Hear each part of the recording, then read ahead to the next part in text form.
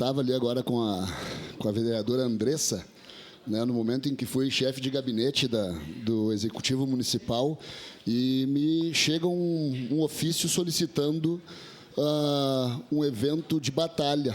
Eu sou eu sou tenente da Brigada Militar, né, e quando eu vi aquilo, pô, mas o que é isso aqui? Que batalha? O quê, cara? Né? Já estava a fim de chamar a minha equipe lá, vamos ver até onde vai essa batalha. Né? E aí eu fui atrás e conheci, né, autorizei os eventos no espaço aqui embaixo do pórtico de entrada ali da Prefeitura Municipal, né, e fui conhecer. Parabéns, é um evento de grande inteligência, tem que ter uma agilidade muito grande de raciocínio, né, tem que ter um tirocínio. Então, eu quero parabenizar a secretária Tati, que está acompanhando, o Elvino, que está aqui também acompanhando. Parabéns, Elvino. Eu declaro meu voto, já digo que voto sim.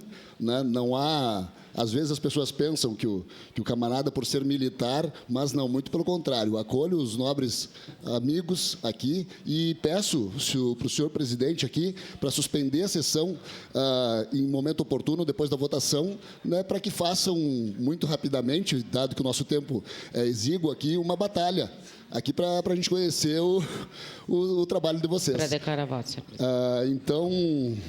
Eu só quero deixar também dizer que essa cultura é inclusão social.